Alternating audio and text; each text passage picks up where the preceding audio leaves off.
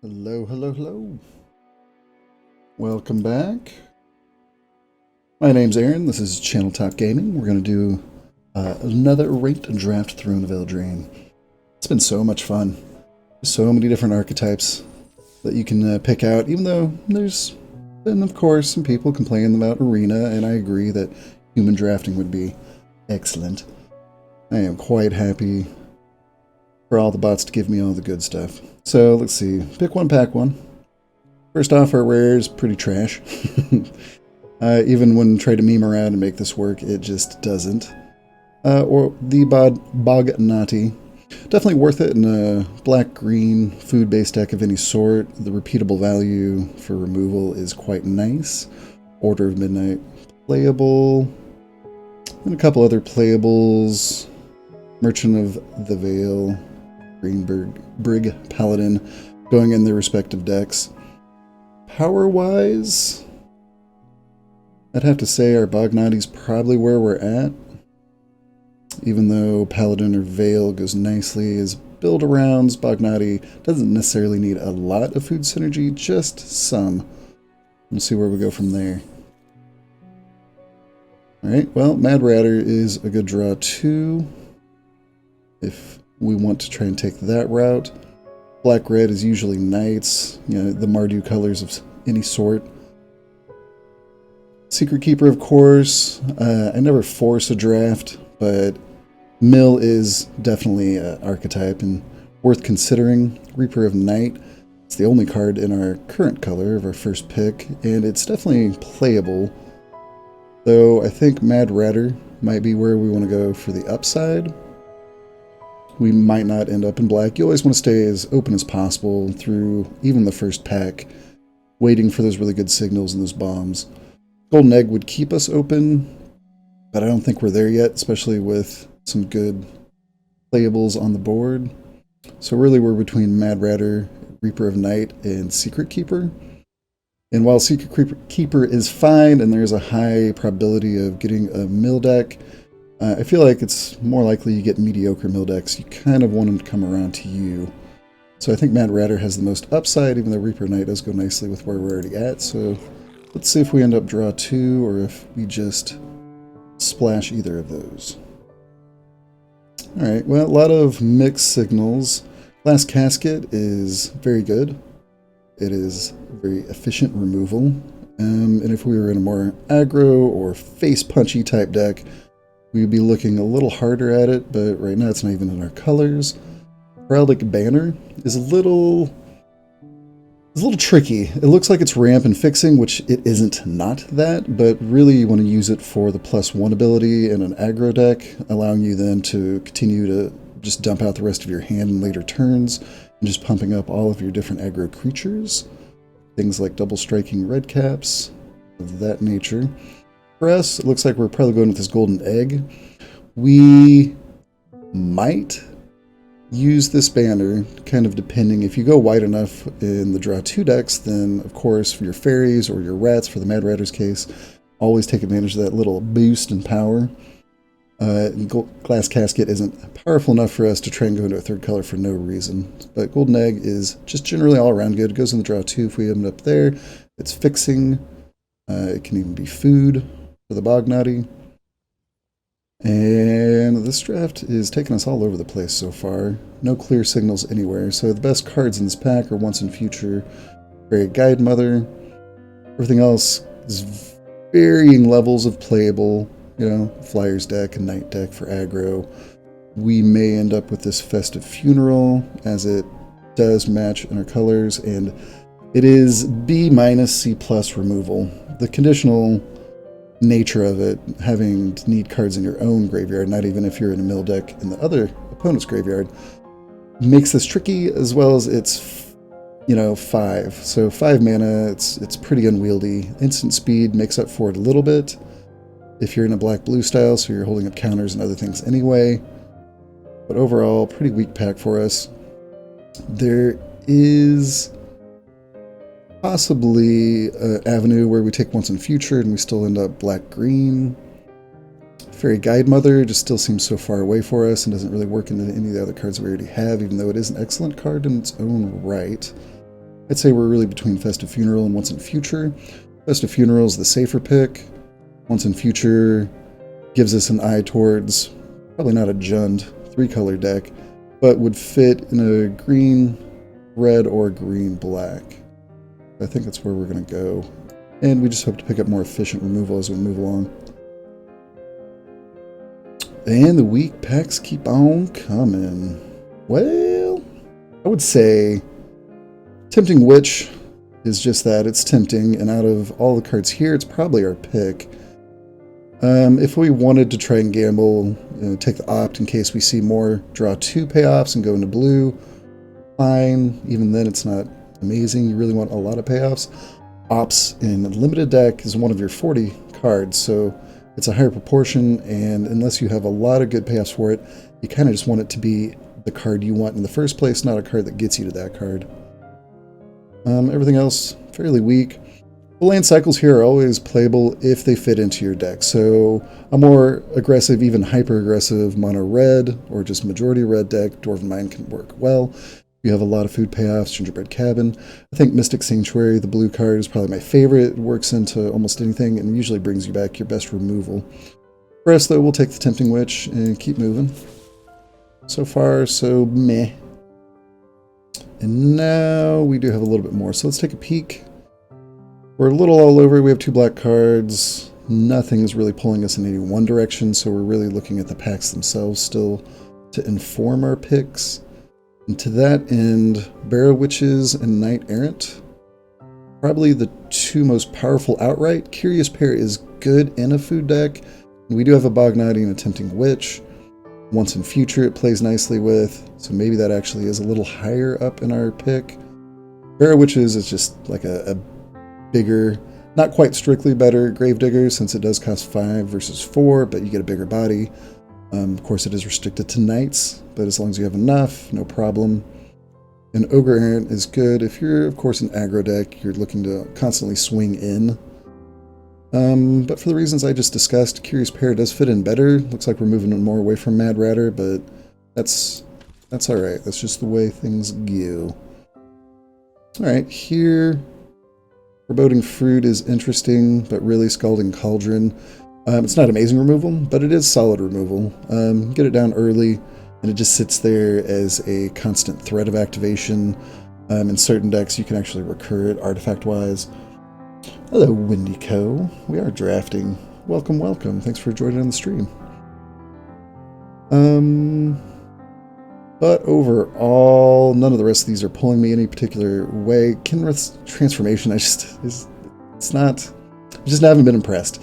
You don't get it at instant speed. There's a lot of ways for it to get interacted and blown out, so you get 2-for-1s, and even if it does actually hit and resolve and stick, you do get to draw your card to replace that card, but the opponent's still left with a 3-3, which in limited can still be pretty considerable. Rimrocks are good if you're, again, in that aggro deck, and that's about it. Don't sleep on Lochwing Gargoyle if you have artifact synergies or you're a more control-y deck. This isn't your go-to finisher, but it will finish in a pinch if they have no way to deal with the flyer and you just have all the mana, in the late game. It's going to get the job done. Let's take our Cauldron, though. Keep on going. Great. Well, continuing to be fairly unexciting.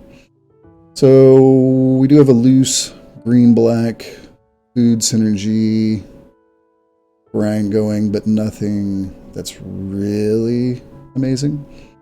Makes me lean towards a Gingerbread Cabin. Just as upside. If we end up there, then we'll play 1, possibly 2. You do have to watch it, though. Sometimes don't come around as powerful as you would like them to. Nothing else is sticking out to me, even as like a backup, say, maybe the Witching Well, if we're really looking, we're going to get into that blue-red draw 2. And then the rest of them just really don't offer us much. And so versus possible upside with a Witching Well, I think we can take this Gingerbread Cabin. Though we do always see those late. And as I said, you don't want to play more than 1 or 2. Alright, I'll hedge our bet with a Witching Well. We'll stick these 2 on the side as our contingency plan. Let's see, a little easier to see here. Tempting Witch, I guess, is probably what we're going to pick. Again, I've come up on it since the beginning of the set. It can do work, but it needs fuel. You need a lot more food synergies. It's great if you pick up, say, like Trail of Crumbs, something where you're benefiting off of sacrificing the food for multiple reasons, or just sacrifices in your deck. Excuse me. Fling's fine in other more aggro-y decks, along with, of course, Paladin.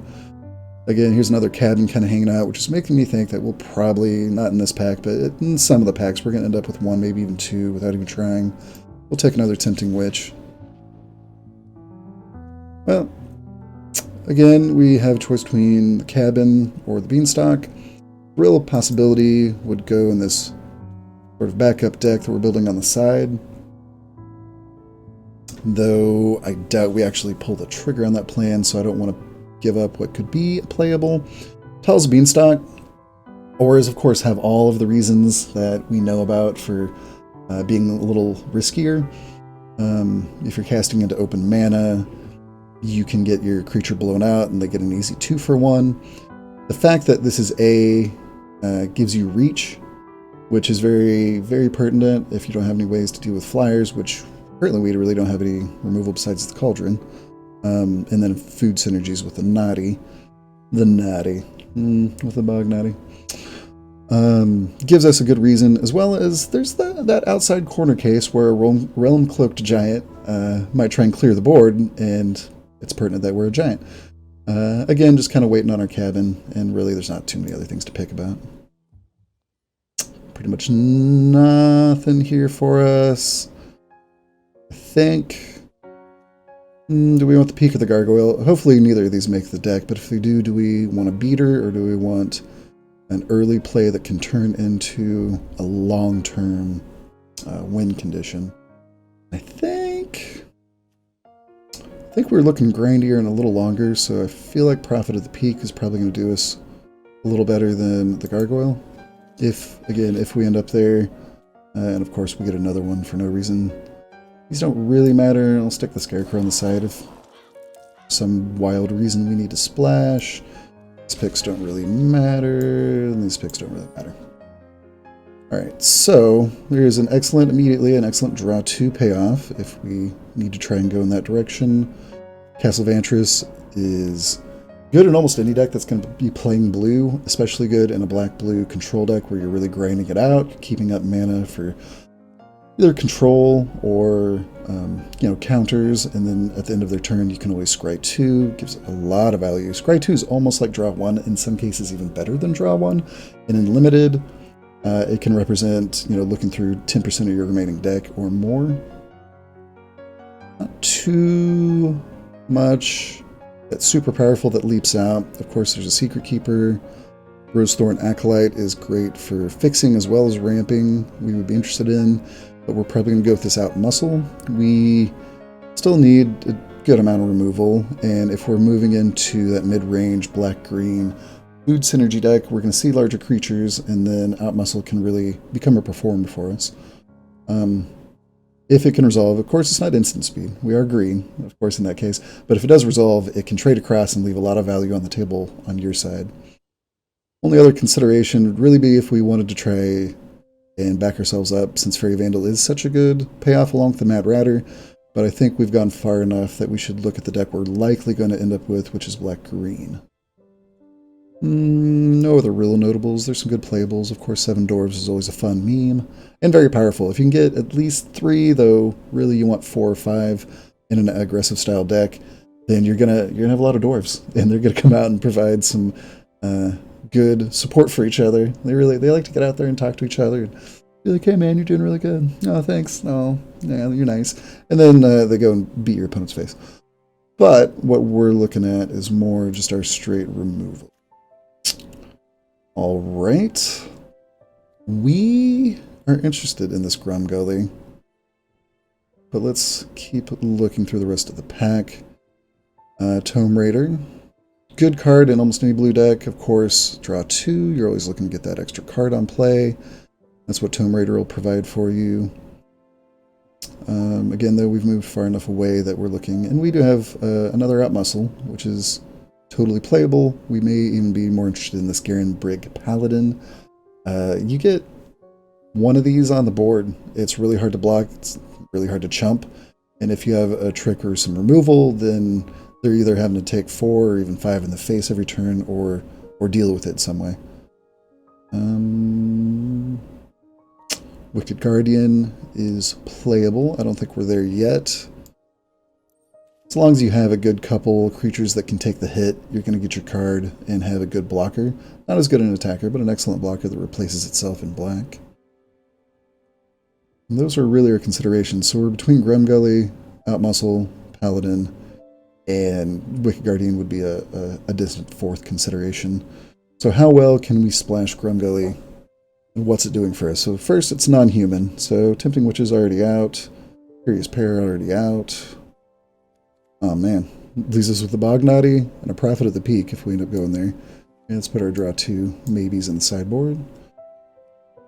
So already, I mean, if we, say, see another Rosethorn Acolyte or wheel the one that we had in our first pack, we might be able to splash this with a certain amount of upside, but we don't have a lot of humans already. Doesn't mean we won't see more. It's just a lot riskier. If we made it there, sure, the payoff would be great, but we're passing up either a premier removal, which we still need, or a good finisher, which we'll still take. And as it stands, I want to say we might need this out muscle more. I feel like we're going to be able to fill in a lot of our early creatures easier, possibly even get this on the wheel, since it always seems that you do see them late, especially later in the draft. I want to say the bots probably overvalue Adamant and being able to cast it or not, because even if you don't cast this with Adamant, it's still a good card. Cast with Adamant, sure, even better.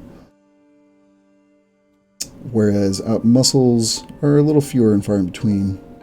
And though we'd like some more black removal, still good enough to pick there. Alright, so for staying just black-green, Hinge Hammer can be a good payoff. We do want flying creatures or evasive creatures, other things to take advantage of that power till end of turn. And though we already do have 2 out muscles, so if you Adamant your Sir Farron, it'll be indestructible for the turn. We don't have to worry about it trading off poorly. Can really get the job done. And I guess we even have a Talza Beanstalk if it makes the deck, which can help out in that respect. What would we be passing up? A Barrow Witches, which in this deck, 0 knights so far, so really not even consideration, and then Tempting Witch, which I don't even know if I really want both the ones we have, a Wicked Guardian and a Return to Nature. I'll always mainboard at 1 Return to Nature. There's too many good targets for it not to. But if I end up with a draft where we don't get one, that's perfectly fine too. Wicked Guardian, kind of in the same boat. And that's about it. Hingewalkers, if you really are heavy enough in one particular color, or even if you're just two-colored and want to take a gamble and you need a playable, can be okay. And that's about it. Flutterfox goes in all the different decks that have white that almost always have an artifact. 2/2 flyer, phenomenal. Fairy Guide Mother also good. Casket also good. We just didn't end up in white. Hinge Hammer it is. Well, this is a little trickier. So Covetous Urge, probably the best out of the hybrid cycle. Hybrid being the 2 different mana, colors of mana that you could use to cast for either of the cost. So if you're unfamiliar, you could cast this for 4 blue, or 4 black, or 2 blue and 2 black, or all the different permutations. Hybrid's very nice. Since we're just black and green, but just black out of those 2 colors, we're going to need 4 black the hard way. We do have Golden Egg to help smooth that. It's possible we still pick up a Rosethorn Acolyte that could help smooth that. Covetous Urge is strong enough that it's still very pickable, though it is a lot riskier. So what else would we be passing up? A Festive Funeral. We still may end up with one, though I'm a little more concerned with our early game at this point. Malevolent Noble, which we still need 2 drops, so I am leaning towards this right now since we do need some small creatures, and Malevolent Noble isn't just filler, it does do a lot of good work, especially if you have food synergies like our deck is hoping to. You can sacrifice not just another creature, but those tokens or any other artifacts on the board. And then Wildwood Tracker, I'm not impressed with at all. I don't think we played it at any point. Casting Dummy is viable if you're an artifact-based deck. And if we were really hard up, Searing Barrage is splashable, since by the time you get to 5 mana, you're often going to have that 1 red mana you're going to need to cast if you're looking to splash into a deck anyway. So really it's between Urge and Noble for us. And given that we still just need to fill out this early curve a little better, and Urge is a little trickier and harder for us to play, we're going to pass it up for now. Doesn't mean that if we see one later in the draft, we might not grab it depending on what's in that pack. Alright, giant opportunity here is, well, it is just a giant opportunity for us. It's playable, though it looks like we have other considerations in here. Giant Skewer is possibly where we're going to look. We haven't seen any Ginger Brute yet, little gingerbread men, which has become an interesting dark horse in this format as people realize that just putting a couple little buffs on it and using its pretty much unblockable feature, unless another creature has haste, then it gets in the damage. It can get the job done one way or the other. Plus it's food, plus it's an artifact. There's a lot of good ways that can interact. Giant Skewer put on top of that is nice. But it also can, you know, make this Curious Pair a, 3/4, which can attack and block as well as make us more food tokens. You know, Sir Farron, it'll take a Giant Skewer. Pretty much all of this works pretty well and feeds into, which is questionably still one of the more, if not most powerful cards, our pick 1 Baghk. Other considerations would be the giant opportunity. We have a lot of food synergies going, and in that case, sacrificing 2 foods isn't that big a deal to get a big 7/7 that has to be dealt with. It is a drawback that it's a token, since there's a lot of bounce, and a bounce is the same as a removal for a token. And then Curious Pairs consideration, Foreboding Fruits consideration if they wield around, and if we still need to fill out our curve when we get there, a Mirror Leaf Rider 2 is fine. It can be tricky if you use its ability, but it usually trades well enough that you're not angry about having it. But for us, we'll go ahead and take a Giant Skewer and see where else we go. Ooh, where we're going is Garenberg Paladin Town. We would take a Last Legion and play it for sure. It's just good. Scry 2, like I said, very close to draw 1. We would even play another Golden Egg, since it's also a food for food synergies, and allows us to look at more powerful cards as they come around for the rest of the draft, just being able to splash. But we've already talked about Garenberg Paladin. You know how much I like it, so we're just going to go ahead and slam that right now. And I'll even go as far as to go ahead and put that Prophet in the sideboard. Hello! Well, we shouldn't be seeing this late, most likely. This is where it's apparent that we're drafting against bots and not people. But Savvy Hunter is just a great card. It's going to make us plenty of food. It's a 3/3 for 3. It can draw us cards if we have a plethora of food out, a bounty, a cornucopia, if you will. And it's just the best card in this pack by far. If it wasn't here, it would probably be between the Foreboding Fruit and Insatiable Appetite. I haven't been that impressed with Appetite, but when it works, it works. You know, it's a giant growth. It's a weird giant growth with a certain amount of upside, and it's playable. Sort of the same with Foreboding Fruit, as long as you can get out at Adamant. It's a good playable. If not, it's still an alright playable. We've seen this effect plenty of times before in Magic. And that's about it. I don't think I want to play more than one Tall as a Beanstalk. Maybe not even the one, but snap up that Savvy Hunter. And we're left with the exact same choice. So between a Fruit and a Beanstalk, I already have the one Beanstalk again. Not sure if we're going to play more than that one. Probably play the one. But we'll take that Foreboding Fruit. Wow. Alright, well, Fairy Vandals should not be wheeling all the way around, period. But it looks like this is our first pack. And we're clearly not going to be going into draw 2, though it's interesting that we have we would have 2 very powerful payoffs for that at the end of pack 2. Mystic Sanctuary should probably already be picked. It's a little body out here, but we're fine. We're absolutely fine picking this Return to Nature and most likely main boarding it. Well, it looks like nothing for us here. I don't consider Weapon Rack. In certain aggro decks, maybe. You know, artifact decks, maybe. It's just a really slow effect, though, for what you get. And the fact that you can't put the counter on at instant speed means you usually end up not getting full value. You don't get any threat of activation trickery. And even though we're not likely playing any of these, we'll put the Tome Raider in the sideboard. Who knows? Alright, third Tempting Witch. We'll just put straight to the sideboard.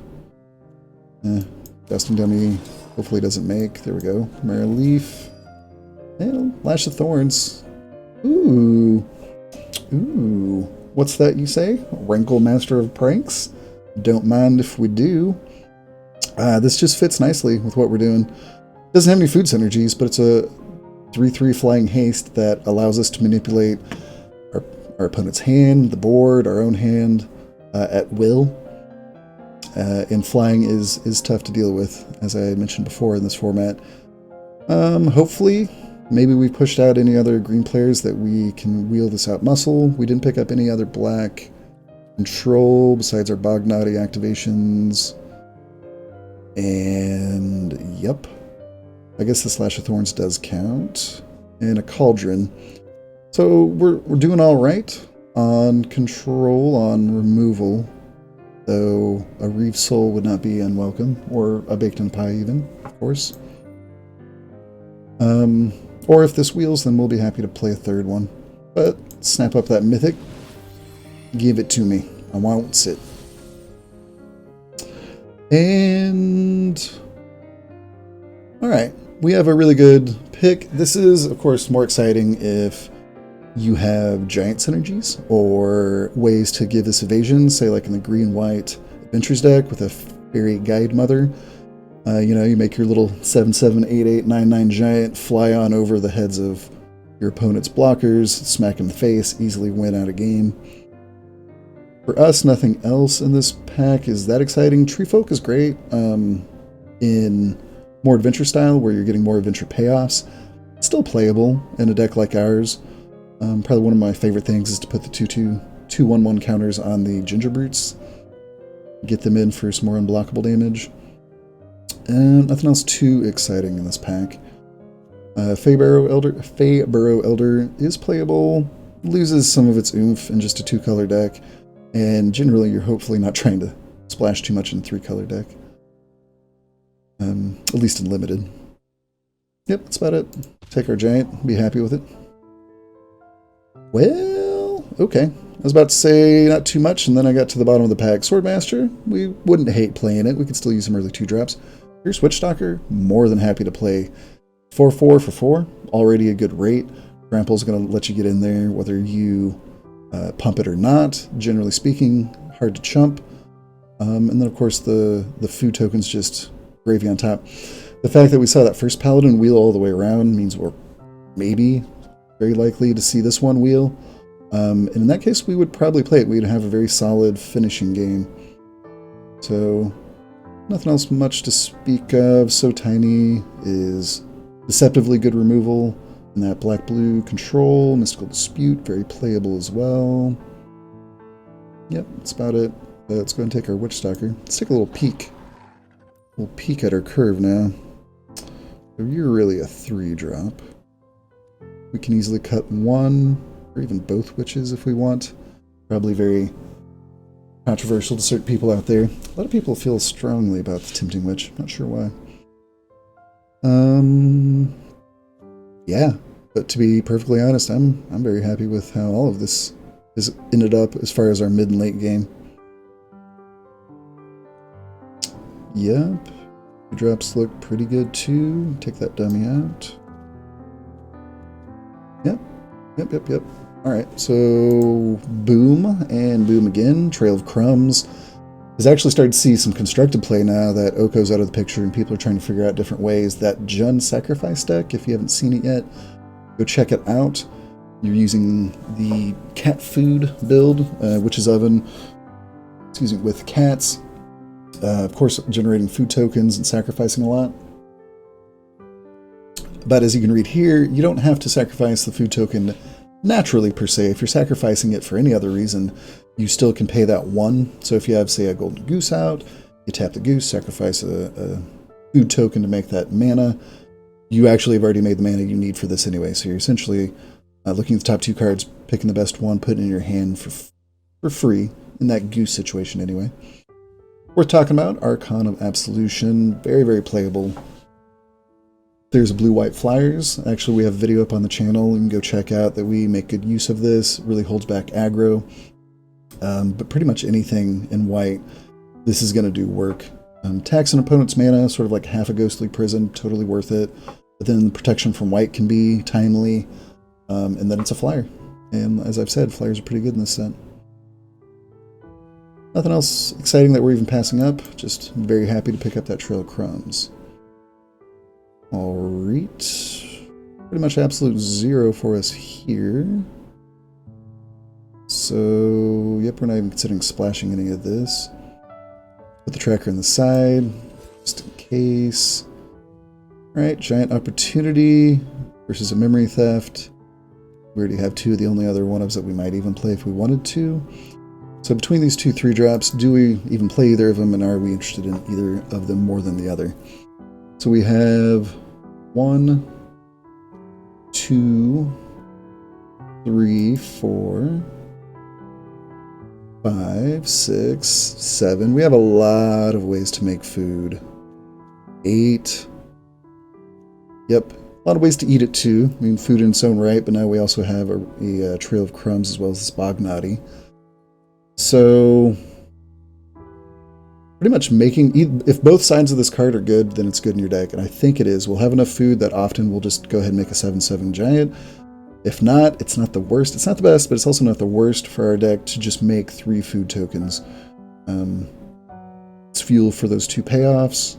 It's just good food anyway. That's probably what we're taking here, and it probably makes the deck. Real quick though, Memory Theft is playable. I feel like it's seen a little less play than it did at the beginning when the set came out. And to that end, a lot of people still don't fully understand. We see a lot of the pay 3, some form of mind rot. You know, if it's not 2 cards, then it's 1 card with different upsides. This sort of gives you the 1.5. If an opponent has any card that's on an adventure, you get to pick from their hand any non-land, get rid of it, and go ahead and get rid of the card that's on an adventure too.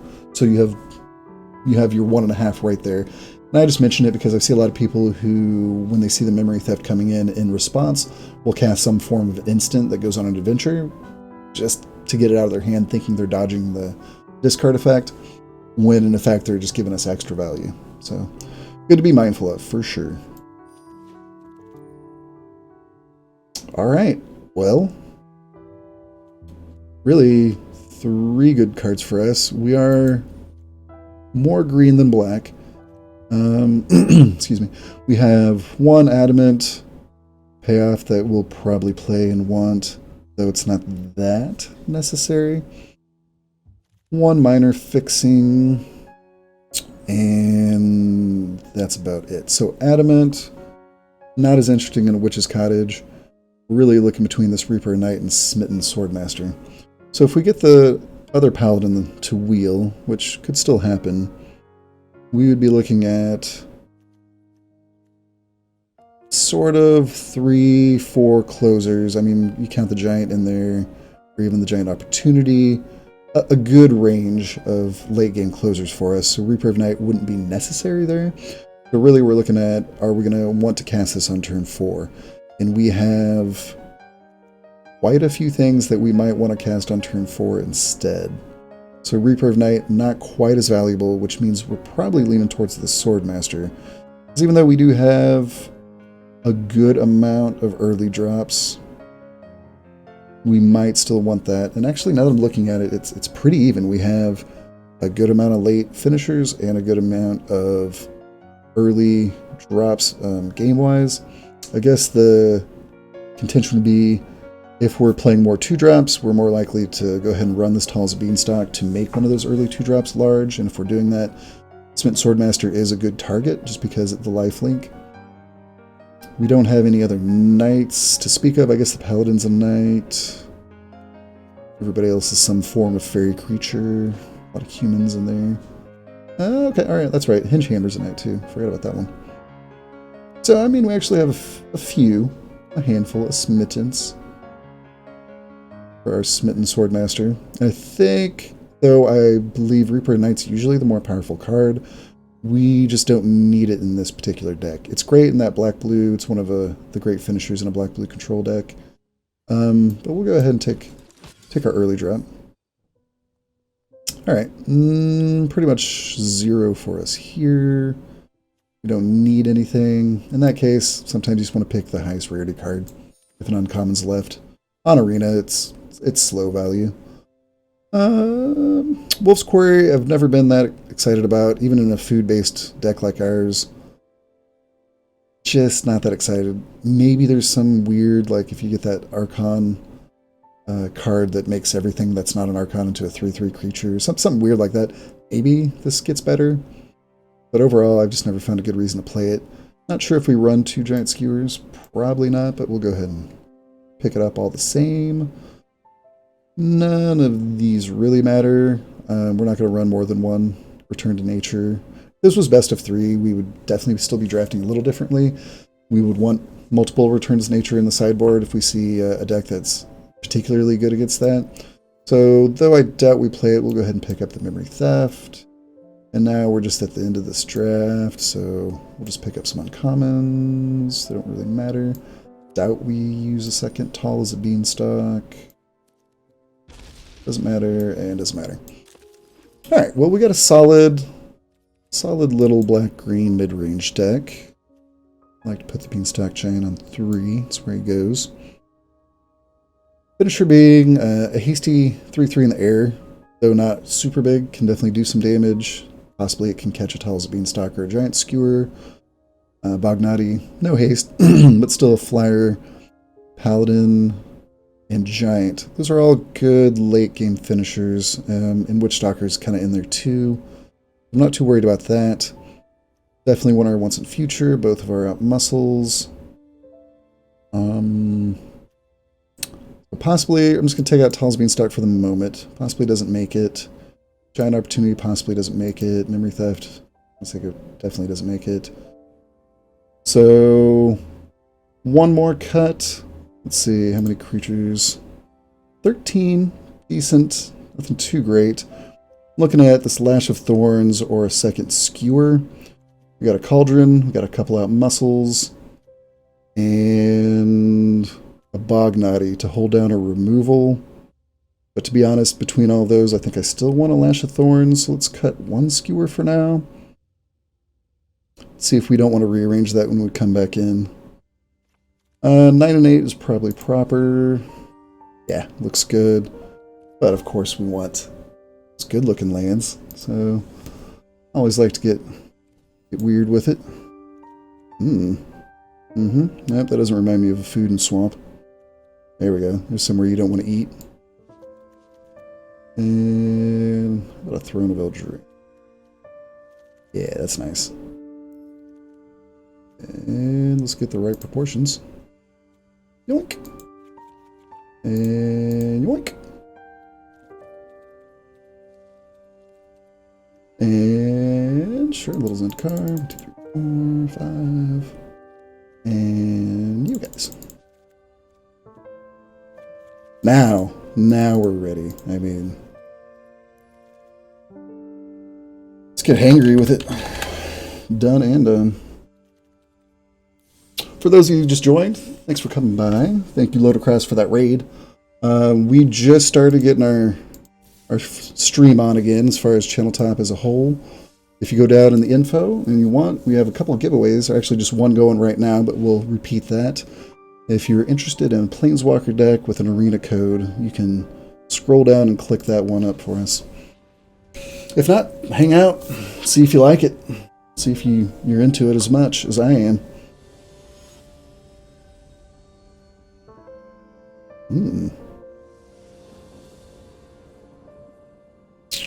Alright. A little land heavy, but it's very keepable. Egg. Or excuse me, oh. Yep, already punting. Already punting from the pressure.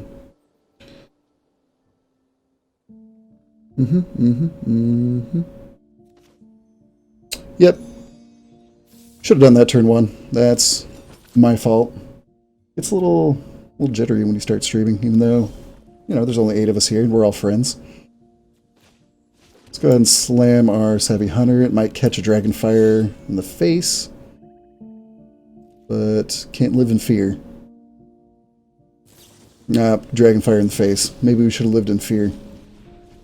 No, never live in fear. So we'll be able to Curious Pair and Golden Egg to get off 2 spells on our turn 4. Opponent's on Rakdos. Never really found a great Rakdos deck. Usually end up in some sort of Knights, which means it's Mardu or some splash in white.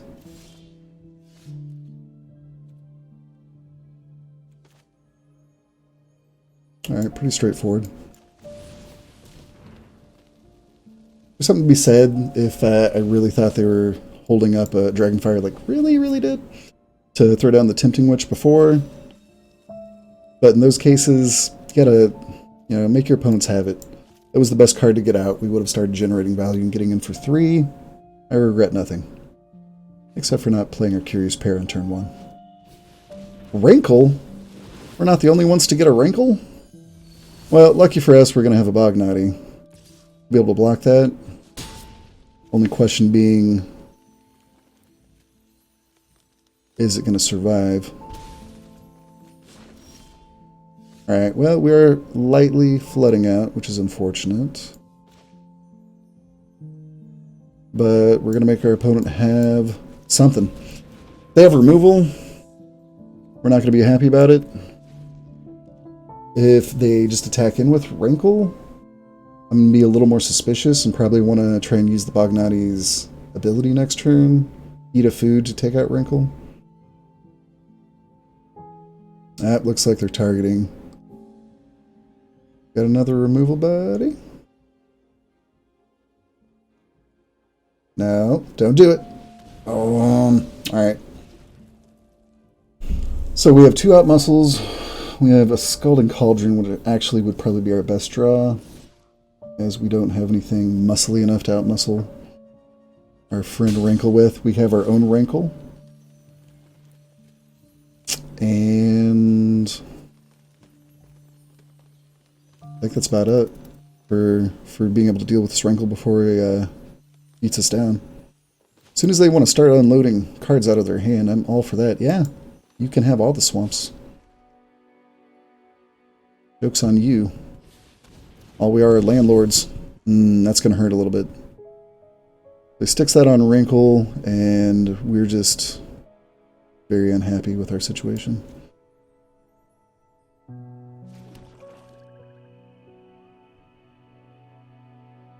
Well, I could swing with this Curious Pair, but it seems a little unnecessary. If he does end up putting on the red cap, which I could see, then we'll go for the trade with the Merrileaf Rider. Maybe even...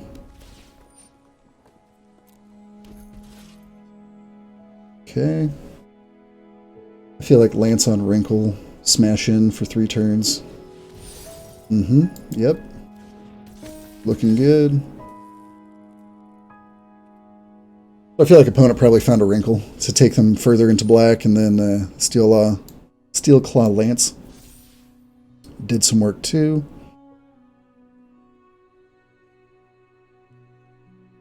And we're almost on life support already. Pretty much a Cauldron, our other Rankle, or bust. Alright. If opponent has a barge in, then that's just going to be game for us. Or red cap melee? Nope. Alright. He's probably going to move the Lance over to the red cap since it's a knight. Let us draw a card. Got another land. It's 3, 6, 7, 8, 9, 10 lands in the top 16. Ugh! I'd say that ratio is a little off. Alright. We're pretty host. We're going to fight the good fight, though. We have 3 food over here on the side. We'll see if that gets us anywhere. Though, to be honest, even if we pull something to deal with Rankle, like a Cauldron, it's like opponent's got a Cauldron, they might even activate against us anyway. Sure. This is looking pretty far gone. Opponent had a real nice start. Sure.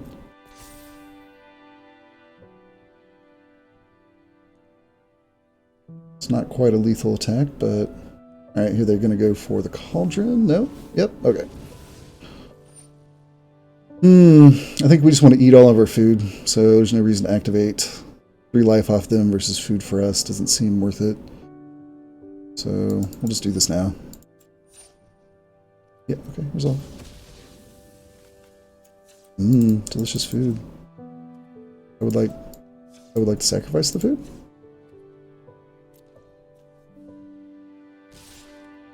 They don't have anything preventing us, do they? Oh, I think the new update they switched it. You can't just double click on it anymore. I guess maybe people were screwing up with it. I don't know. And back down to 8. Guess we can just go ahead and eat this golden egg.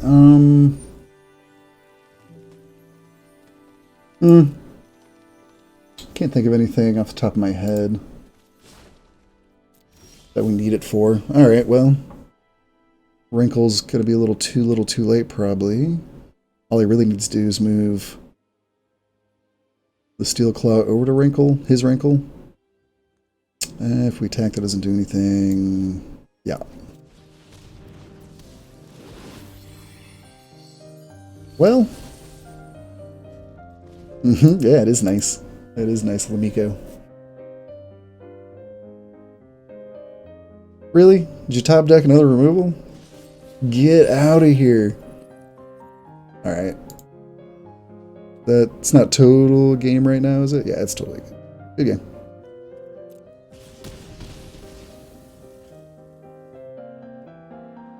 Well, besides stumbling on our first first turn and not putting down our Curious Pair in the right particular sequencing, we just got ran over. Plain and simple. I regret nothing, though. I think we're just going to run it back. No tweaks necessary. Alright, now we're double hangry. Can we do that only on our side? To the opponent? That would make me happy.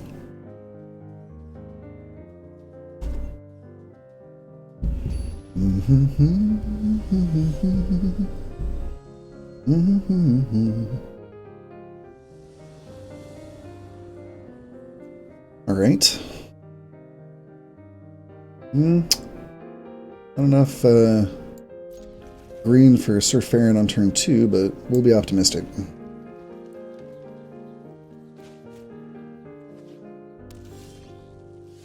Alright, well, we'll optimistically play a Swordmaster.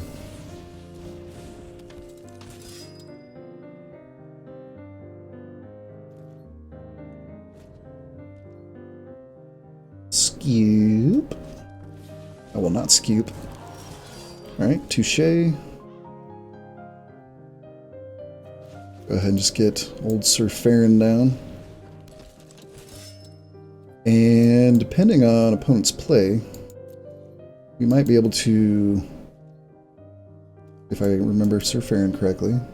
Yeah, it's just a... Oh, it's plus X plus X, so it's not plus X plus 0, so that's nice.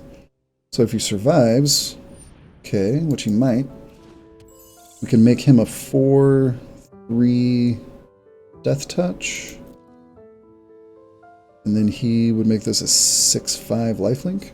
That's pretty good. Ooh, alternatively, we can just outmuscle. That seems even better. Alright, so get rid of our Pathlighter. He's indestructible. Smitten Swordmaster is going to be too big.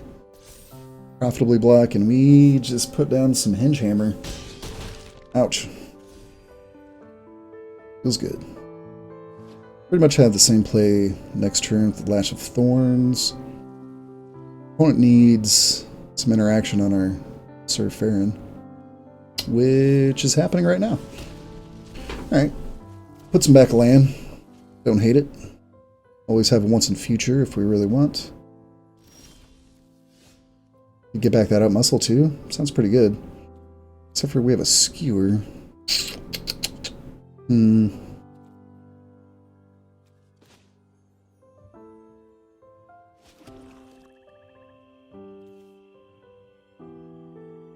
feel like since opponent put themselves back a land as well, and they've kept open mana, that once in futuring now feels pretty good. We have two really good cards we want to get back out of the graveyard anyway. And no great plays, even if we play the skewer and equip it, Swordmaster, it can still be traded with the dummy. And, you know, we end up a food and some life, but I think moreover, right now we're just going to go for our immediate buyback. Yes, please. I would like these. You're mine.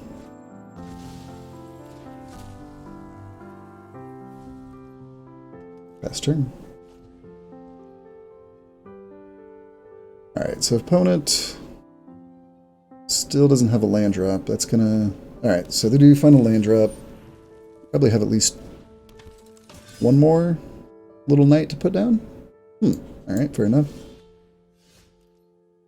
It's not completely out of the question that they might be holding back, say, a Dragonfire, something at instant speed again.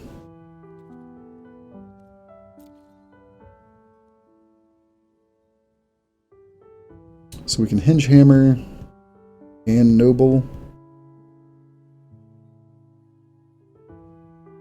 We would have a Lash of Thorns up. No, it's not that exciting. Could also put down the skewer. I'm less interested in that though. Let's go ahead and get some more creatures out. We get to outmuscle again. I'll be a little suspicious if opponent leaves up open mana though again, especially 2 exactly. Really make me suspect a Dragonfire. And if they do so, we may just go with the skewer, since we wouldn't still be out the outmuscle. Okay, Crystal Slipper. It's fine. Already gained a lot of life too, which is not good for the aggro knight deck. It's good for us. Enjoyed greatly. No, go ahead, attack, do it. Do it. Boo. Alright, so they left 2 mana up again. And I really don't want to do that outmuscle. Especially since we don't even have enough mana to do a Malevolent Noble trigger. Even a Lash of Thorns doesn't pump Sir Farron up enough to dodge the outmuscle.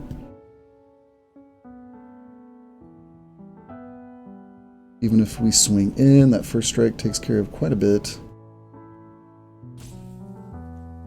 So instead, what we're going to do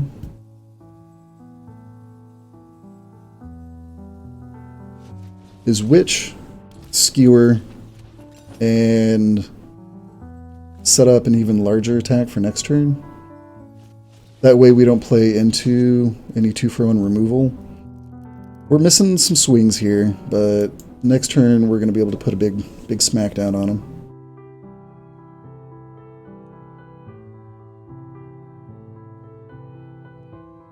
And really, we would not mind another land off the top. Hey, if you're hanging out, thanks. My name's Aaron, this is ChannelTop Gaming. I do a bunch of mostly limited play so far. And you can check out our YouTube channel. I have a bunch of drafts where I talk through just like this, a little more in depth. Of course, a little bit less off the cuff as I'm making up what I'm saying and going. Alright, pretty decent blocker. And we also, as I said before, have a little giveaway. So if you want to click down below in the info, you can see our stream times. It'll have a direct YouTube click banner if you want to go see the channel, as well as giveaways. So if you want to try and win a Planeswalker deck, get in there.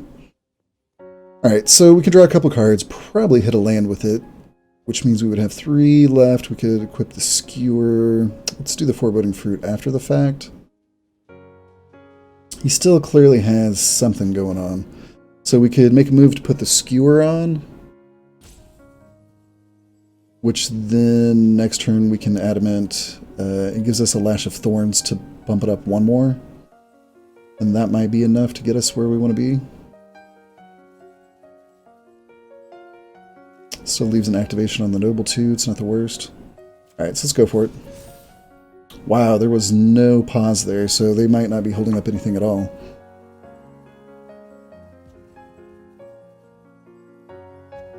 Yeah, I don't hate it. We're going to do the Hingehammer Swordmaster swing again. Makes it really hard to kill that Swordmaster. He's going to go for the Hingehammer. We do not mind. We lose a little bit of value, but...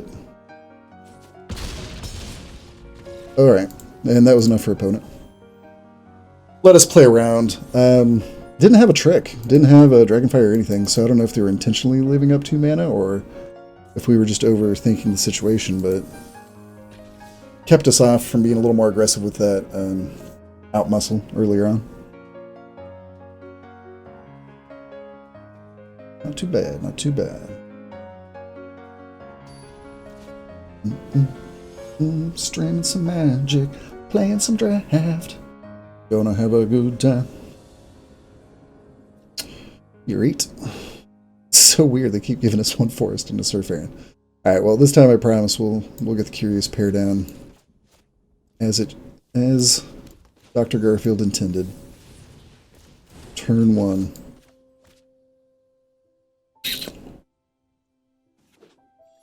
Don't terribly mind if we don't see another forest for a minute. Just because you kind of want something worth pumping up Surfaran with when you're swinging in. As well as you kind of want any of your opponent's best removal to catch some of the worst creatures. Ooh, some new animations with this update. Unless I've just missed that the entire time. Fabled Passage had a nice little swirl of the color pie. Alright, another red deck. I feel like people have gotten much more confident in getting aggro decks out faster. Alright, well there's Hingehammer mana, but now we have the same sort of... Did they hold up a removal? If they did, do we care enough? We kind of do. Is it worth just putting a Tempting Witch down instead?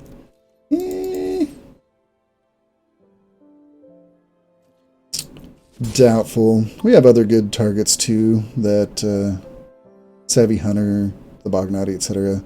That I guess if the worst thing that happens is Surfaran bites it, then so be it. And again, it looked like it flipped right through. So no instants in hand for 2 mana for opponent. Trebuchet, be a little pain in the butt. Is it an artifact? It is an artifact. Do you know what dies? Artifacts? Artifacts, rather, dies to return to nature? Is artifacts. Yep, and we can follow up with a Noble. Done and done. Have a nice day.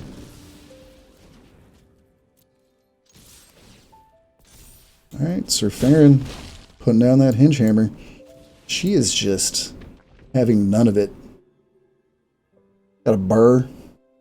Big old chompy burr. I'm going to name him Trinket. Any Critical Role fans out there? Oh, man. So...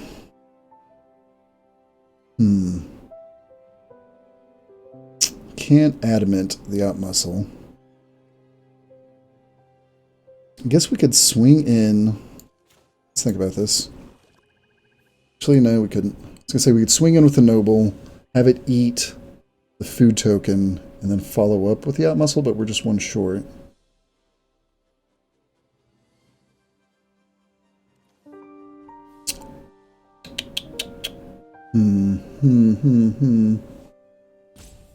Yes.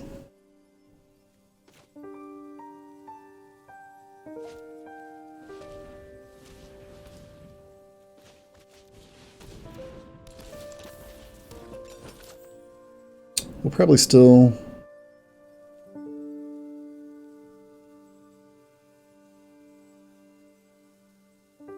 Yeah. let's just throw a little bluff out there. We're going to have the noble eat one of these food tokens anyway. So let's see if opponent wants to think that there's like, you know, a Thorn Lash or something in my hand. Really be the only thing. But just try and float an attack. See if we get a bluff off on him. Ooh, we do. And actually, I guess we should have done the sack right there. I was just kind of enjoying the fact that he might think we have a Thorn Lash in our hand. Maybe we can play it out from there.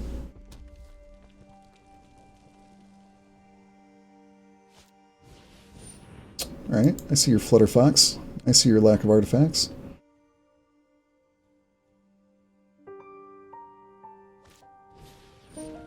Champion.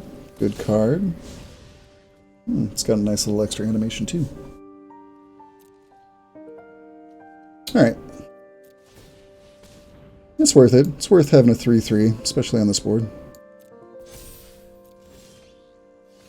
Well, you're not a forest.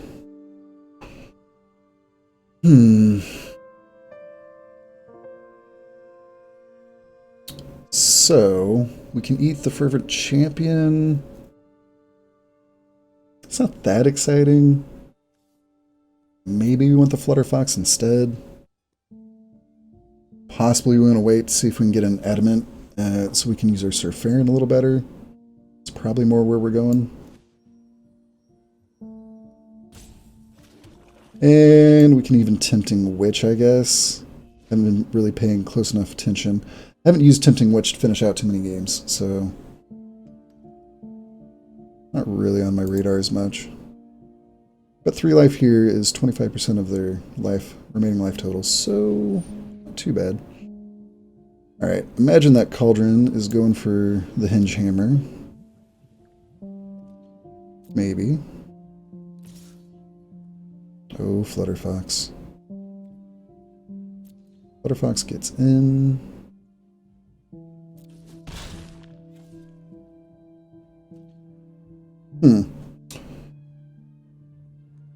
So we could go ahead and pump the Noble again, and if he wants to use the Cauldron, we'll just eat the Curious Pair. That gives us an additional way to just go ahead and outmuscle without Adamant and take that Paladin out. And I do like that, so we're going to go for it. And to be honest, I kind of hope he does go ahead and use that Cauldron. Yeah? No? Okay. Alright, take a Forest? Nope, but we will take a Savvy Hunter.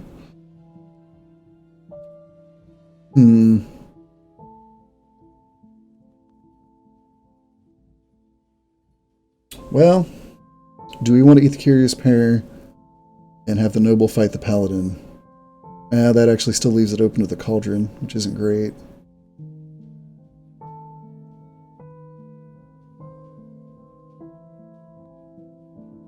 We should probably eat the Flutter Fox, though.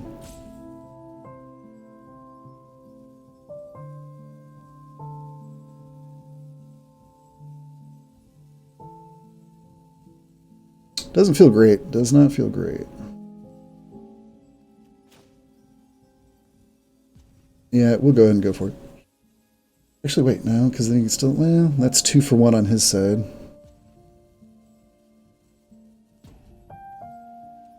Actually, no, I still want to wait, see if we can get an Adamant out.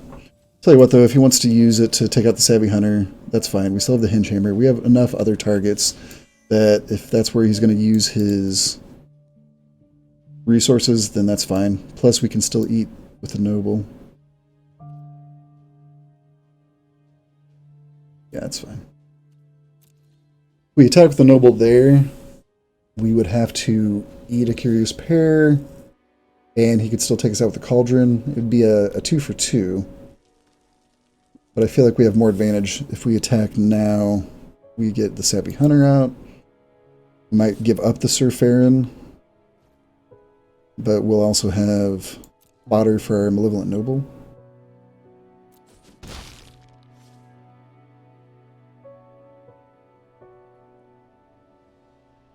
We're thinking about it. Good cards left in hand. Alright, Searing Barrage. The problem... Alright, so now we have our out muscle. I would love to put this on Sir Farron, but as we... Oh wait, actually we can because he tapped down for the Searing Barrage.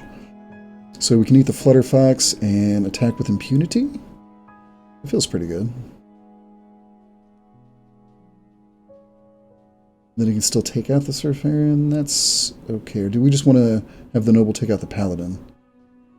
That actually might just be better. Yeah, I like that.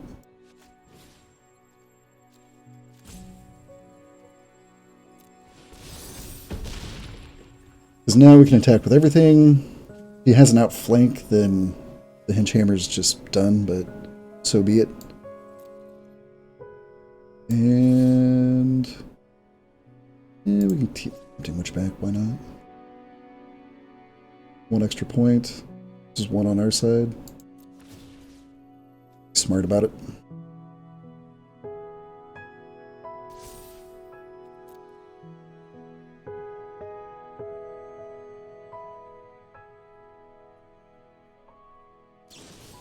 Alright, so there's the outflank. And eat Sir Farron. Yum, yum, yum, yum.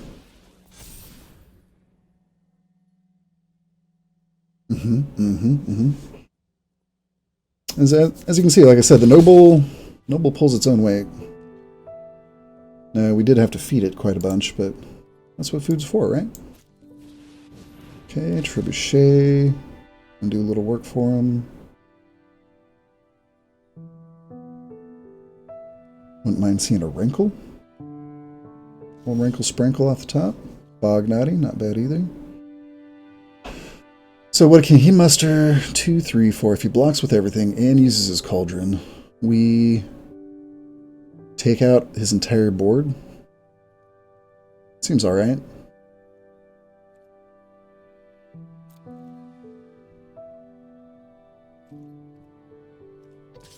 Jump or die, sucker.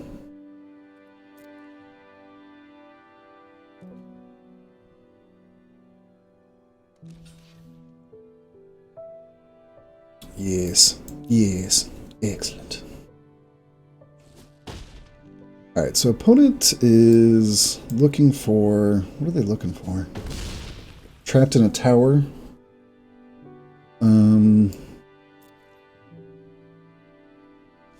Oh, that's what you get. I looked over here, checked one thing on stream, looked back. Yeah, should have cast the Baghk. And speaking of streams, thanks for coming by on. I've just started back up after a year off, so be gentle. We do have a lot of good YouTube content, though, if you want to go check out the channel over there. And I promise I don't always make ridiculous plays. I think we don't care enough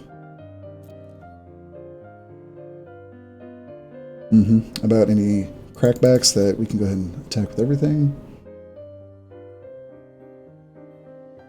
And opponent should be starting to feel the hurt.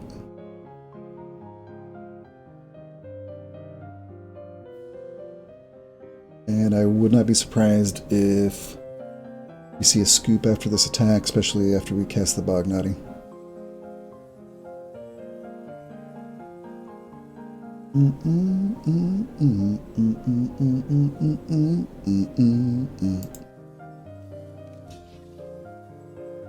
It's pretty much been all night decks so far. Sure. Taking out the witch. Okay. See, we were secretly, subconsciously saving our Baghk from that cauldron. Yep. It's good. And I imagine we're going to see a little scoopery now.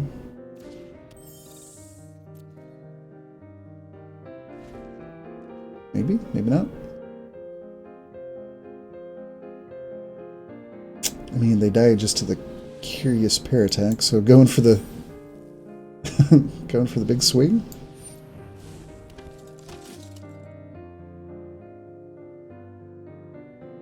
Maybe they're just casting, just casting their spells probably for a quest or whatnot. Not too shabby. Dropped our first one against a pretty good Rakdos aggro deck. Pretty good roll so far, though. Whoa, if you're new, if you're hanging out, just watching down there lurking, thanks, appreciate it. Hi, my name's Aaron. We are ChannelTop Gaming, and we are mostly doing just limited Magic Arena play right now. If you want to go check out our YouTube channel, you can click below. Hello, friend. And if you're interested in free stuff, you can click below too. We have a giveaway. And I think we've had Curious Pair every single game. Alright, from here, I don't really value the first part of Smitten Swordmaster in this deck. We don't have a lot of knights that it's really going to synergize with. So I prefer just to get the 2-1 lifelinker on. And we got a pretty nice curve out. We just need one more mana. And then we can Witchstalker, outmuscle, all that good stuff. Alright. Looks like opponent's on a similar deck. Wow, they picked all of the cycle lands. Nice. There's our extra mana. Do not want to trade with the Ginger Brute. Let's go ahead and get a Witch down. Last turn. Now from here, depending on, of course, what they play, if they hold up mana, etc., we might just outmuscle the Ginger Brute out of the way. But more likely than not, we're going to want to get the Witchstalker down. And we already got a ton of food, so if we see that giant opportunity, we wouldn't mind getting that out. If we end up sticking the Baghk, then we're just going to have, you know, at least 2, 3, maybe even 4 activations of that -3. Ugh, Falmar Knight. No bueno. You know what Falmar Knights don't like is getting outmuscled. So if we want, we could outmuscle Swordmaster and the Brute. That gives us, we swing for 4, we get 3 life. But it's just flat out not as good as getting down our Witchstalker. And we can even Baghk on curve too if we want, so...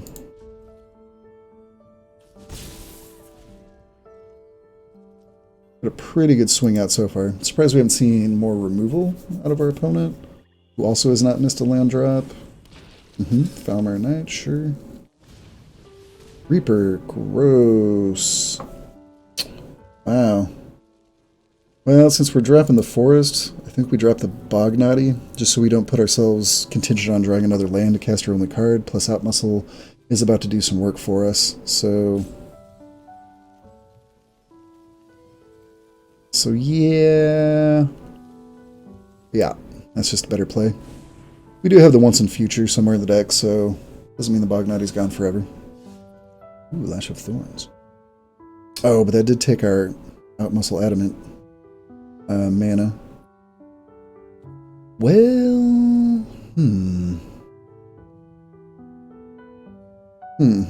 I guess we could Outmuscle trade. That just feels bad.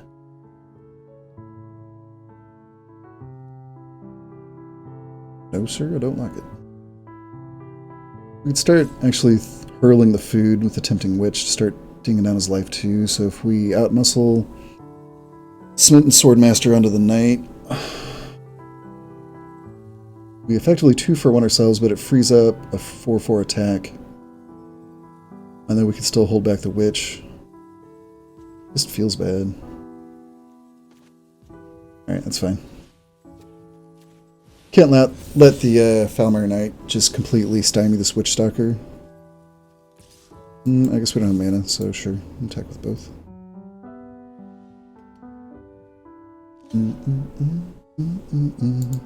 Ooh. Interesting. Considering that it trampled over for the remaining 3, and they could have actually used that to sack for life. Okay, Golden Egg. I guess they're racing towards getting down this Reaper of Night, which is a big boy. Murderous Rider, very nice. Very nice card. Uh-oh. Uh-oh. Get rankled. So we probably go ahead and draw.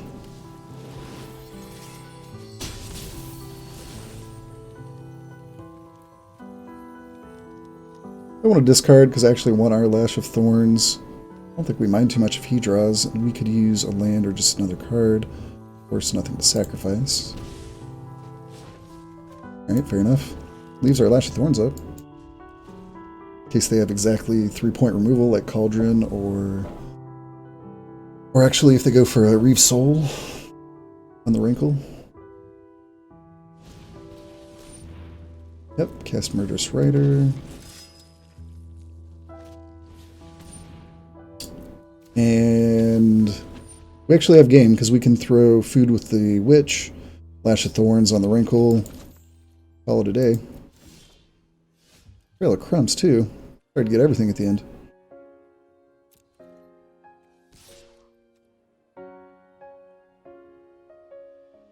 Yep. Attack. Go ahead and lash him. Hit. Yep. Sure, why not?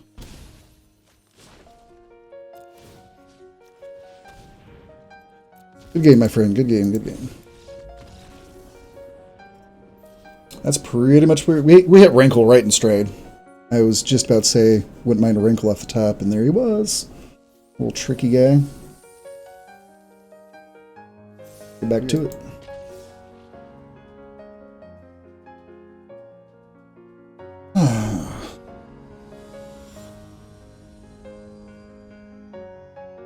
As far as favorite archetypes in this set, I don't know. Probably skew towards black-blue control and like this mid-range green-black, though to be honest I haven't been able to draft too many of these. We never see the pieces for them. But you can pick like anything you want. There's 5-6 distinctive powerful archetypes in this set. This is very close to a keep. I mean, we do have the skewer on 2, and as long as we can pull 1 mana, that's going to break us free to get up to 4 mana. It's dicey. They do go first, though, so we have an extra draw, so we're going to do the old keep on 2, pray for 3.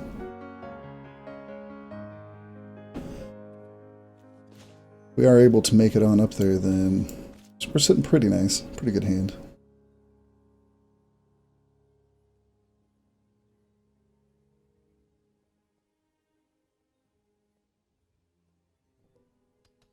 Boom, boom, boom, boom, boom, boom, boom.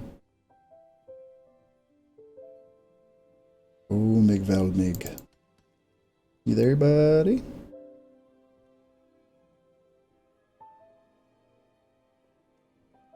Alright.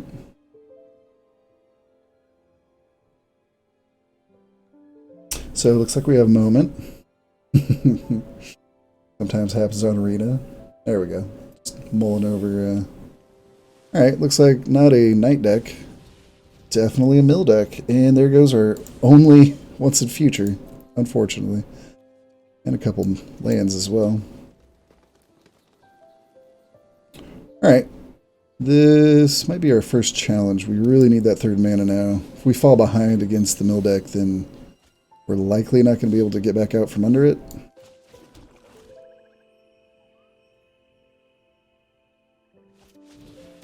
But we are very keen on pulling this 3rd land.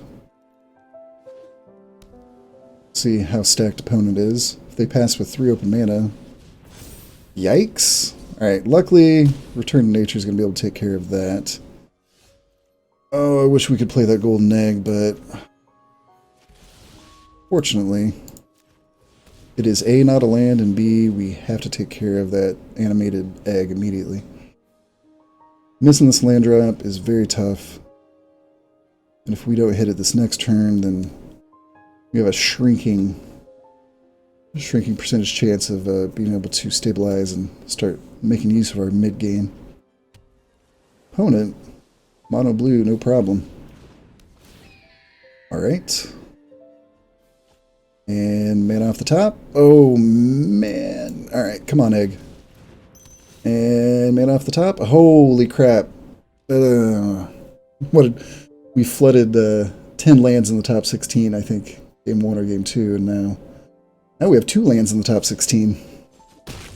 Statistical anomalies. Well, not gonna lie. We're in a tight spot. And looking pretty good for opponent. Okay, thank God. So our best play is probably this hunter. Just because we're going to start building out value from the food it makes. If opponent has a bounce, though, that's like almost game over. So if we actually use this beanstalk, we have 4 mana, maybe 5 next turn. Actually, we're pretty much still in the same spot, so just need to drop the hunter and hope that opponent allows us to get a swing or 2 in with it. And of course, we need to keep drawing land. Next turn, decent shot that we beanstalk giant for a second swamp, and then use that with Lash of Thorns if necessary. But we're on a current 3 turn, but easily be 2 turn clock here. Alright, there's more land. Other out muscle.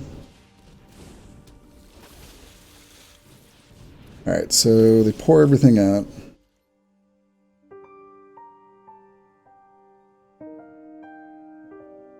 No land.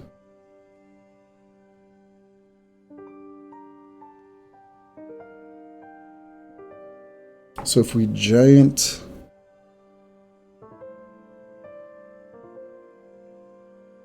keep up Lash, that really doesn't do us that much good. 3, 4, 5, 6, 7. Potential lethal. We wouldn't have enough mana left open to eat any food.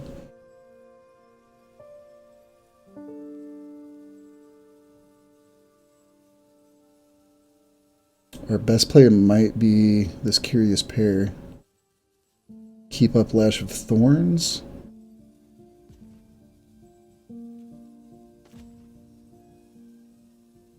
Yeah. Alright, so we'll throw down the pair. Attack with the hunter. Just to make the food. It's fine.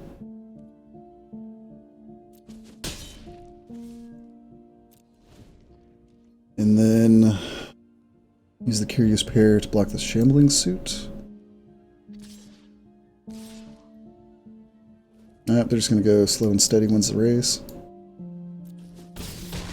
So now mana gives us access to 2 different food. Alright, thank God. Or we can eat. So they have counter mana up. So if we go for an out muscle, that could possibly, or even a bounce, that could just be game. We could eat food. Then we don't really have any other play. Let's see, giant into... we already played it. No, the mana comes out, so...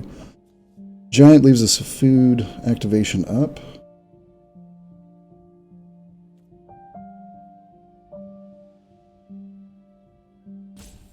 I really want to go for this out muscle on the owl. Let's be smart, though. Alright, hold on.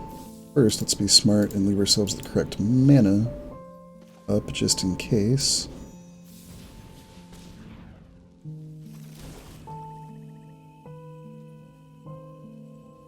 We're going to go to 1 and like it.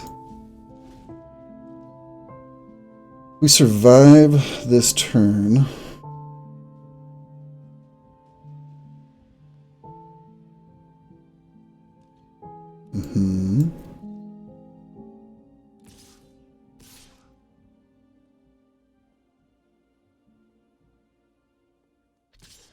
Sure, why not? Oh, okay. Sure, why not? So we'll trade. Eat a food. Let's see if we live. Okay. Okay.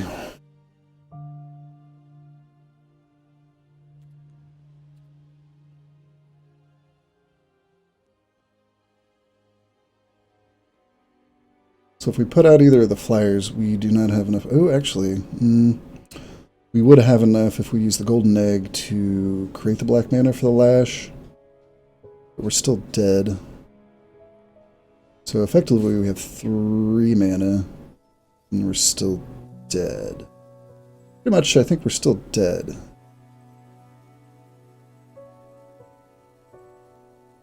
%.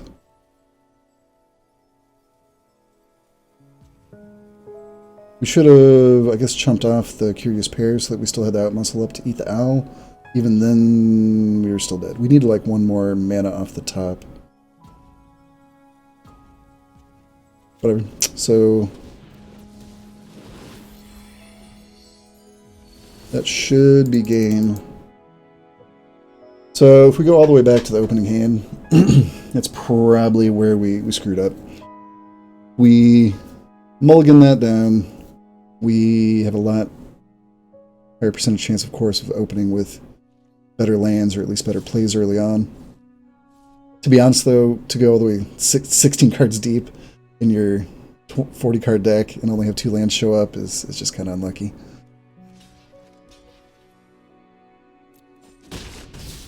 Yeah. Interesting, it didn't give us the option.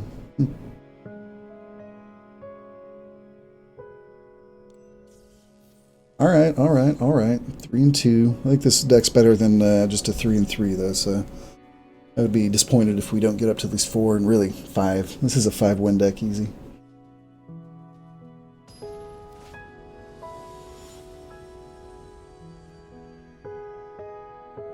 Oh, I see you are also a lion man. Hello, friend. Alright. Not quite as exciting, but still very keepable. Definitely more keepable than our last starting hand.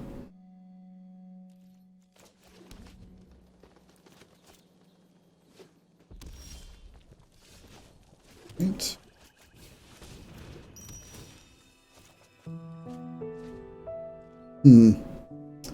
Guess we should have just let out all swamps so we get our adamant. Man.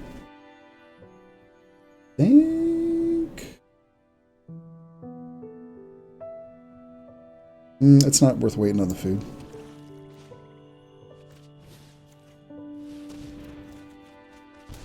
Opponent's mono red aggro, then we're going to want some help here. Witchstalker will come down, do some work. Alternatively, we could Beanstalk into Swordmaster, which actually might not be that bad. Except for now he's got two 7 dwarves. That's too many. Alright, let's make him deal with this Witchstalker. Be surprised if they don't swing in and then have like a barge in or some follow-up damage. But that's trade we're willing to make at the moment. You know, Witchstalker goes away, it still left us some food and got a card, maybe even 2 cards out from him. That's just not nice at all. We cannot take this though. Well, if we take it, go down to 7. It does leave us a Lash of Thorns out. So next time we can weird with it.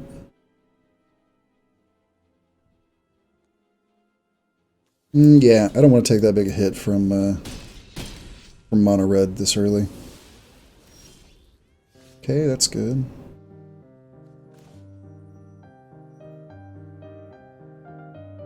Alright, so 5 manners.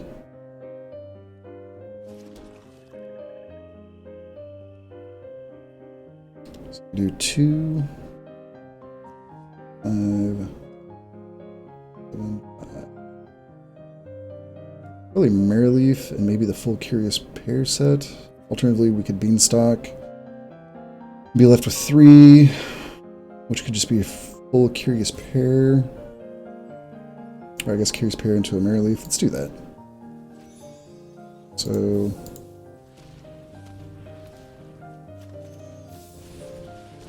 grab another forest. Good food token, why not? And put out a blocker we're fine with trading with. Your move. Say that we haven't actually gotten to play our Trail of Crumbs at all yet, though we've seen plenty of our Rankle Sprinkles as far as our good cards go. Yeah. Oh, it has Trample too. Forgot about that part. Still worth it. Surely.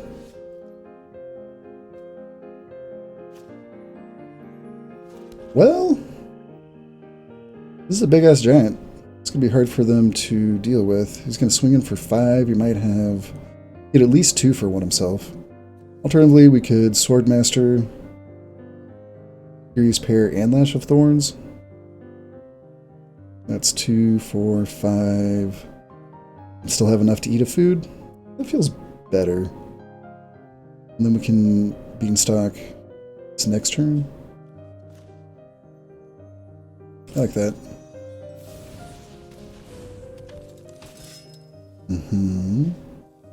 Yes, I would like that, please.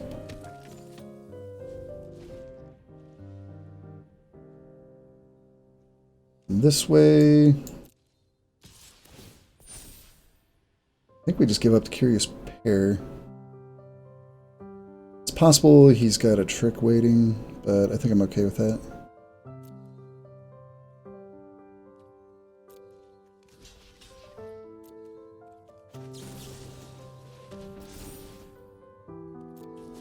And none of that trample gets through. We get to eat a food. Ooh, yeah. Yeah, buddy. And do we want a 5/5 super tough to block, especially probably with the creatures he has, or an 8/8 smashing in the face? It's really hard to kill this 8/8. It's possible we double spell next turn too. Alright, first things first. Let's get 2 life back. Yes, thank you. And now deal with an 8/8. Oh, wow, they've been shut off from green this whole time? Alright, well, that does explain a little. Hello. Oh, wow. Okay. So they can kill the Swordmaster, probably what's going to happen. Problem for them is it's kind of too little too late, even though it's a great card. Yeah. Because then next turn they can get down the Fable, but I mean, how much is that really going to do for him?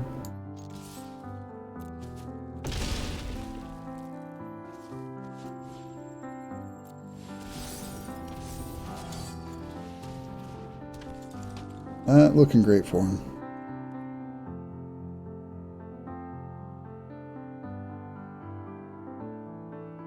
Still have 2 food on the battlefield.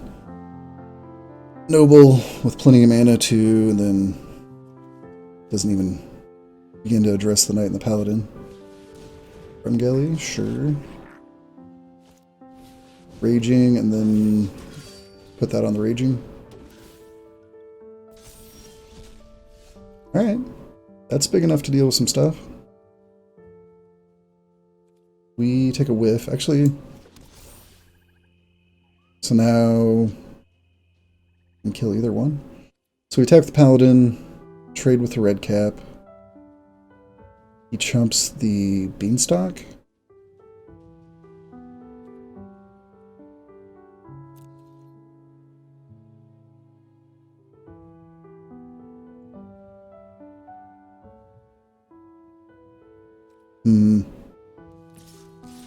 Let's go here.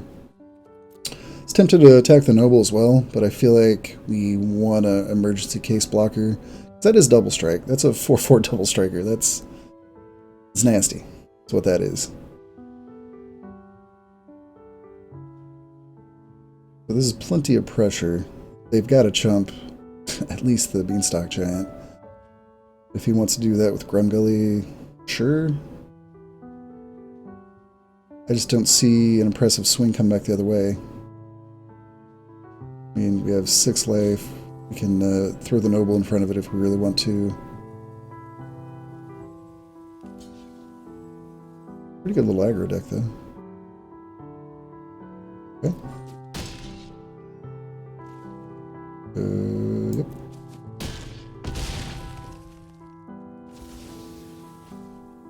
Alright.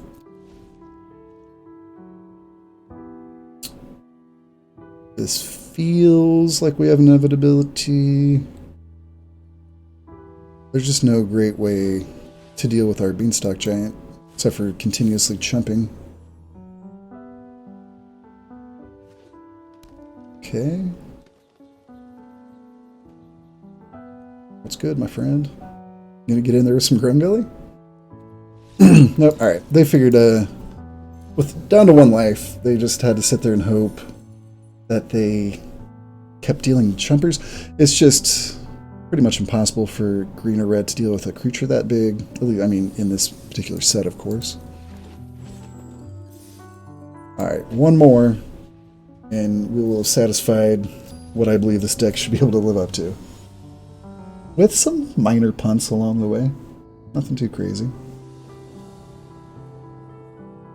Oh, man. Know what happened last time. This time, if we get to 3, we can draw 2. Take a little life hit. Not too bad, though.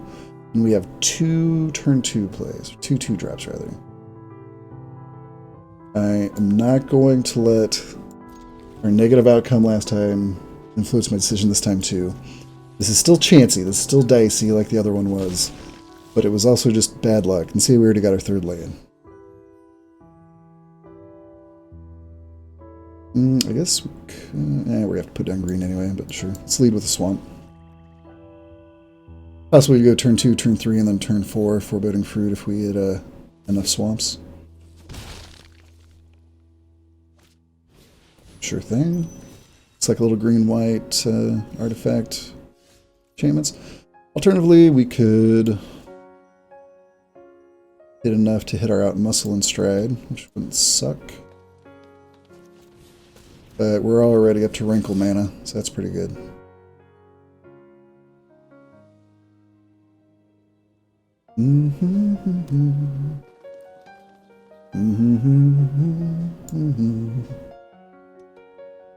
What you got, sucker?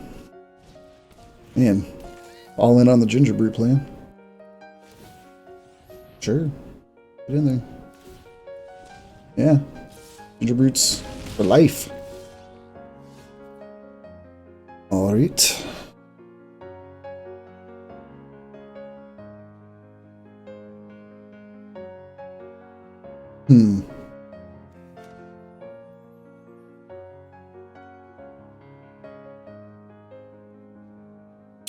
Sure, we're just going to Slam Sprinkle this next turn, and I'm more concerned with getting the out muscle adamant than I am the foreboding fruit adamant.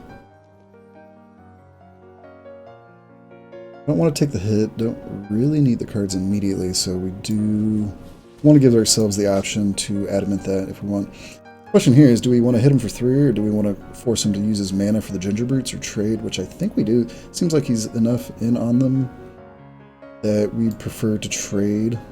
That's an option, because we're going to be able to come back with flying damage and a lot better mid-game, grindier game with our deck. And if we do hit that another forest, we may even just adamant out-muscle one of these guys and swing in, make me feel a lot better. Or they could have an out-muscle. Also an option.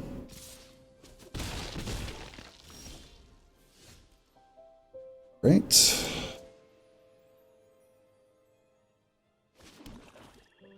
Getting in that good turbo damage. I'll say that much for him. I think we hit him, force him to discard. And next turn, see where we're at. We're going to go down to 10, maybe a little less. I always like it when the animation's still going. Like, yeah, that's cool, man. Yeah.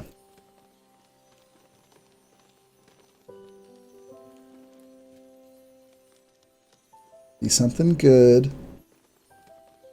Something good. Alright, carriage. Fair enough.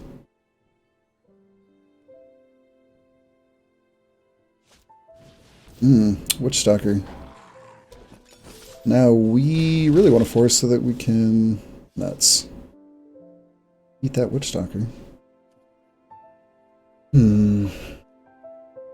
5 mana. And we need 6 mana to do anything twice. Even the Giant Skewer takes 3 to equip. Guess we can Tempting Witch, eat the food. Doesn't feel great.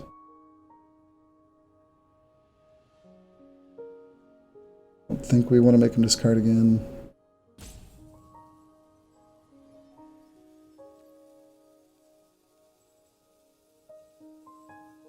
And Tempting Witch just eats the witch, or whatever, chumps the Witchstalker.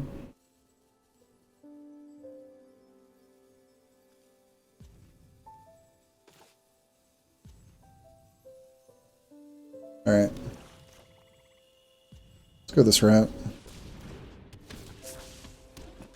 Do not love it, but we're going to see what happens. One more forest gets us an out muscle that we can be proud of. Oh no. Looks like they have... Alright, no, it's not an out muscle. Okay.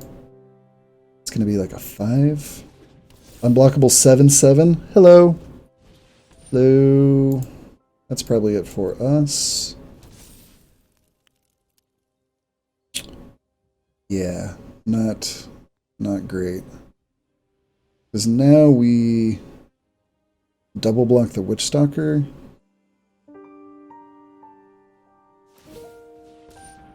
Huh?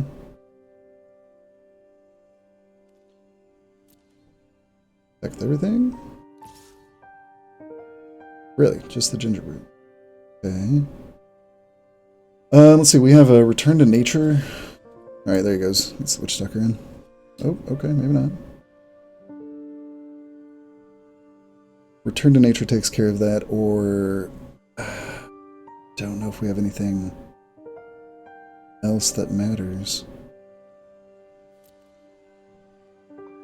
Oh yeah, he's got haste. Well, do a lash. Well, we're not going to chump this turn.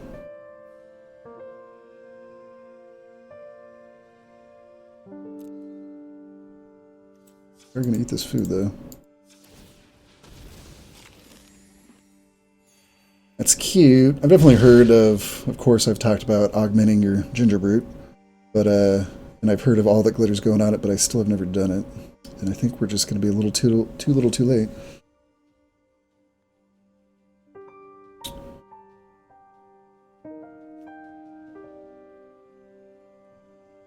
Yeah, yep.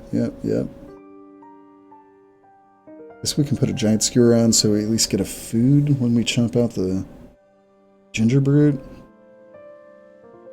Then that leaves us nothing anyway. Are we just screwed?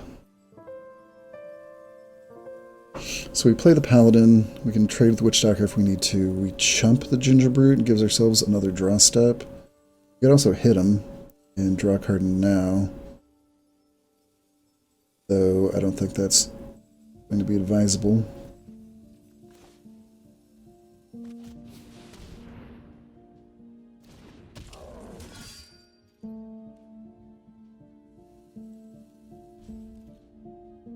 Pretty much Return to Nature or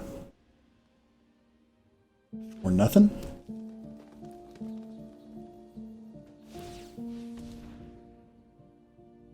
Yep, go ahead and power that one up. Why not? Sure. No? Okay.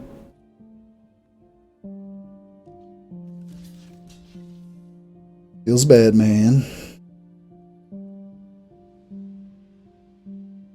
Yeah, he's got haste. He can block.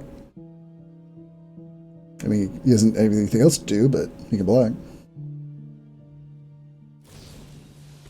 Ah, okay. Yeah, sure, why not?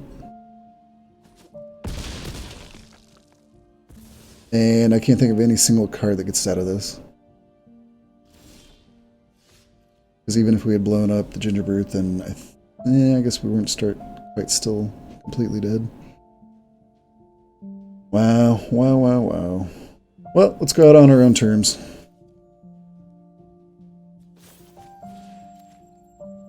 Yeah, sure, pay adamant, why not?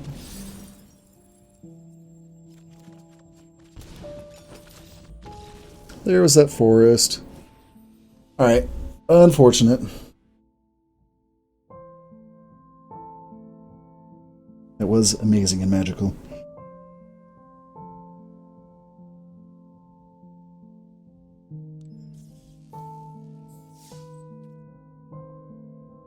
Alright, 4 and 3. I feel like maybe we stumbled and had a couple start and stops. A few punts, if you will. Overall, not the worst. It was a solid deck. Some unfortunate lining up, of course. But more or less pretty good. Decent pulls. Got 3 cards. Blackbridge Troll. Get that clack back. If you liked it, please go ahead and give us a follow. If you want to get into that giveaway down below, you can find that link. You can get in for a Planeswalker deck with a code that you can redeem on Arena. And if you haven't, go ahead and check out our YouTube channel and throw us a subscription over there. But this has been Aaron with ChannelTop. We'll see you in the next stream. Thanks for coming.